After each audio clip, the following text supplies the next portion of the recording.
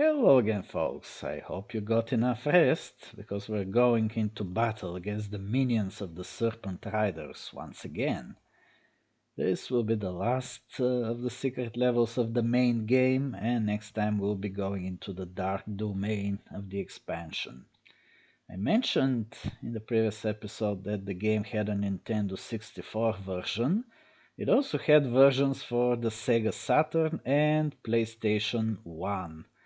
The PlayStation version in particular is famous for having real FMV cutscenes that tell the stories between the hubs, instead of text screens. You can find them on YouTube. In fact, I'm going to put a link probably in a pinned comment under the video, so check it out if you wish. And now, without further ado, let's crack this nut of a secret map. Alright, as mentioned previously, the level is very easy to find. It's in the main map of the fifth hub, the Necropolis. So in fact, I've saved at the very start, why not?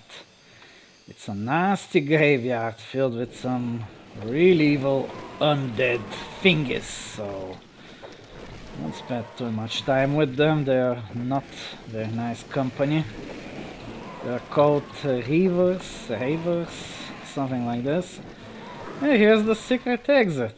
Yeah, it was very easy, but keep in mind, it will only stay open if you haven't visited any of the tombs in this level. As soon as you enter one of the tombs, this door here will close and you will never be able to come here again by any way.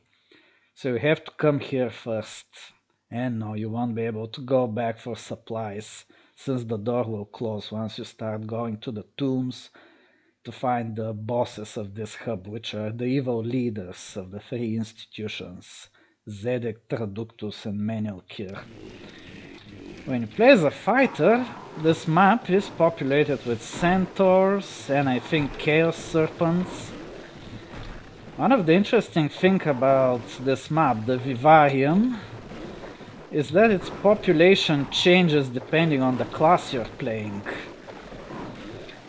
So the fighter is melee oriented, and of course we get melee oriented enemies like these centaurs, even though these are the shooting variety, which I'm not a fan of. Come on now. Good. Ooh, some enemies got piggified. Ooh, watch out. This thing shoots random projectiles. One of them is the pigifying projectile, which we will need in order to access a certain secret. Come back here. Okay. There's some mana here, but watch out, these are crushers. So my advice would be, don't get crushed. Here's the secret in question. Since Hexen doesn't have crouching, well, in fact none of the original Doom engine games have crouching, so you have to become smaller to go there. Ow!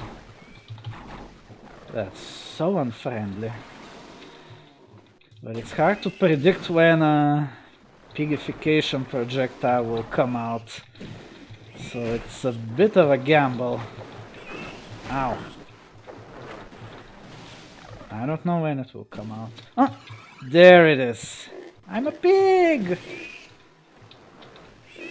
And now we can go here, follow this passage, and we find this huge room of supplies. Now, before we take anything, we need to wait until we regain our human form.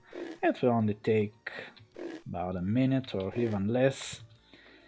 This item I've highlighted is the Porculator. It allows you to do the same thing to enemies, to turn them into pigs. It's the successor of Heretic's Morph Ovum, the magical egg that allowed you to turn enemies into hens, or chickens if you prefer. You know, this egg returns in Heretic 2 as well, and there you can also turn enemies into chickens. And I'm thinking maybe I should do a Heretic 2 playthrough someday. What do you think? You know, when I'm done with the secret levels thing, I could do a full playthrough of Hexen 2 and then Heretic 2. It's just an idea, but I'll consider it. Okay, now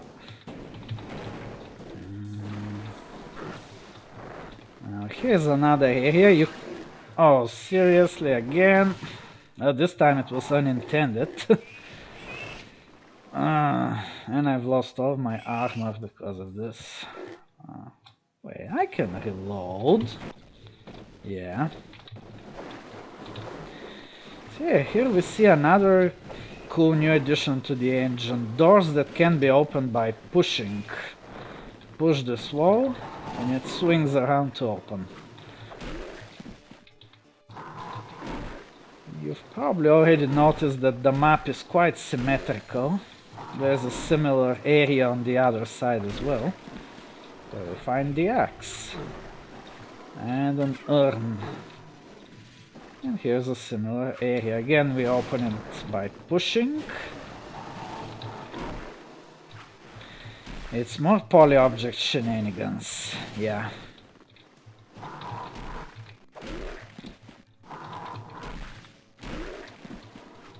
Here we can find some dragon skin bracers. It's a piece of armor that you carry in your inventory. You can activate it whenever you want, and it gives you 4 armor points regardless of which class you're playing. Now this here, there's some serpents, and I hear some reinforcements teleporting in. Anyway, to lower this platform, just whack it. You know how it's like in the Doom engine. If you can't activate it by pushing, try shooting it. And that's the exit of the level. Yeah, another short map. Well, in the expansion they won't be so short or so easy. Deathkings is pretty difficult. It was probably specifically designed for veterans who have already become really good at the game. Oh, another percolator. Hey, let's give it a try. Actually, there should be some 18s. Oink, oink! The pork is served.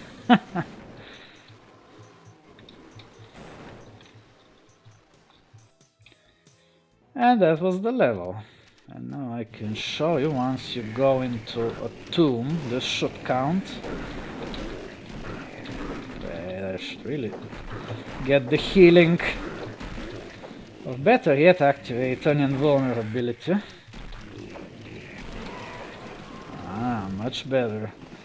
Icon of the Defender is the successor of Heretic's invincibility. And see, now the exit is closed, and trying to open it tells you that the door is barred from the inside and you can never go to the Vivarium again. So yeah, that's the gimmick of this secret exit. But hey, I mentioned that it has different monsters when you play with other characters. You know?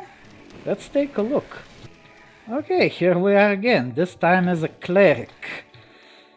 He has this really weak starting weapon, which doesn't make him the most popular class, but he compensates for this mace with this really cool stuff. It can shoot at a distance or drain health at close range. It's a really lovely weapon. He also has this holy fire he shoots from his hands. Do I have a target? Aha!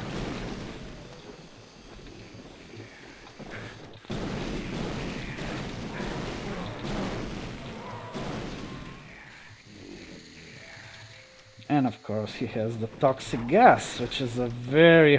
Oh, he flew over it. You bastard! Okay, let's check the level and see its monster population this time. 18s. Brown serpents and dark bishops this time. The previous time we had centaurs, green serpents, and a few 18s here and there, but mostly centaurs. Hey, let's try out the Wraith Verge.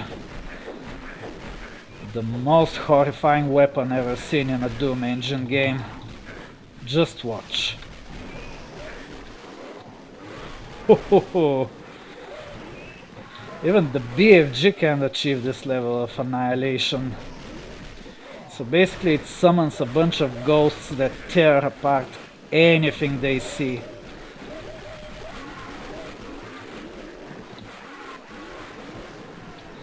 So yeah, that's definitely one of the main attractions of playing the cleric, having access to this lovely thing. And here's the life sucking again. It can be useful sometimes, especially if the enemy gets stun locked. It's free healing.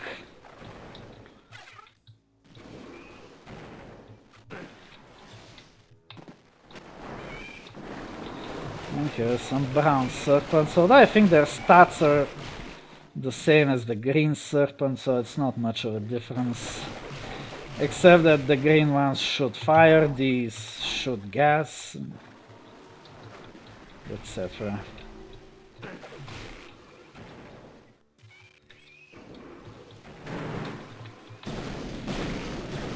Fire!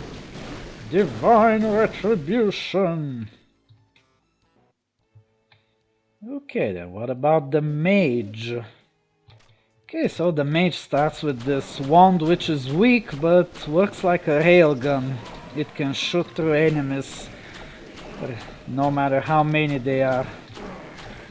He uses the flechette as a time bomb of the ancients, which isn't so bad. It's his third weapon, the Arc of Death. It's nice.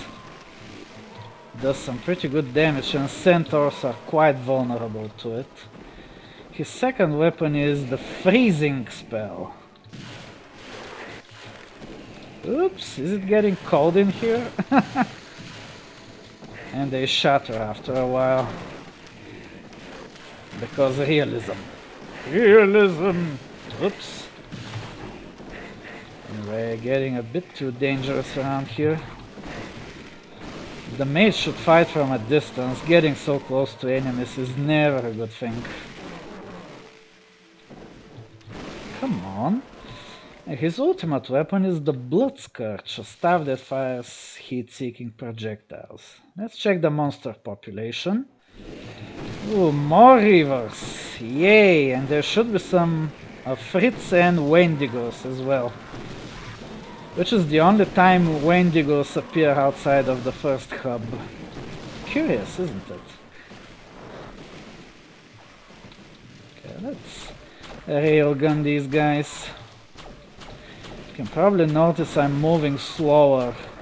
Yeah, the different classes have different walking speeds as well, and the mage is the slowest and the fighter is the fastest. This also has a reflection on your jumping. The fighter is generally able to make some bigger and more difficult jumps than the mage. So he doesn't have so much trouble platforming. But the mage will sometimes have trouble with the platforming. And here are the cool guys, the Wendigos.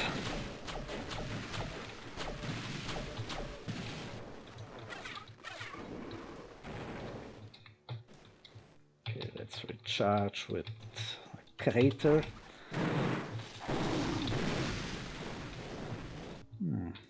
Here's the mage's second weapon, the Frost Shards, which appears as a magic scroll of sorts. Yeah, it's really cool that his weapons appear as actual spells, not as, you know, weapons that you hold in your hands. And similarly, the third weapon appears as a spell book. Maybe I can find one here.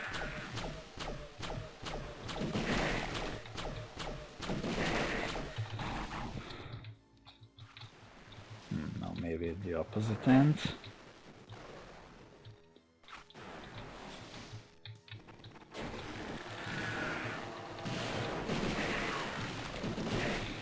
Well, from fire they went frozen. What a plot twist. I don't know where his third weapon is hidden on this map, but anyway, I think we've seen enough of the Vivarium. Wow, we're actually done with the main game secret levels. Next time we'll be going to the expansion, Deathkings of the Dark Citadel, which has slightly easier puzzles but more difficult combat. I guess this would make it more popular with the people who don't enjoy Hexen very much. Anyway, guys, see you next time, and remember, the real Hexen was the friends we made along the way. See you next time.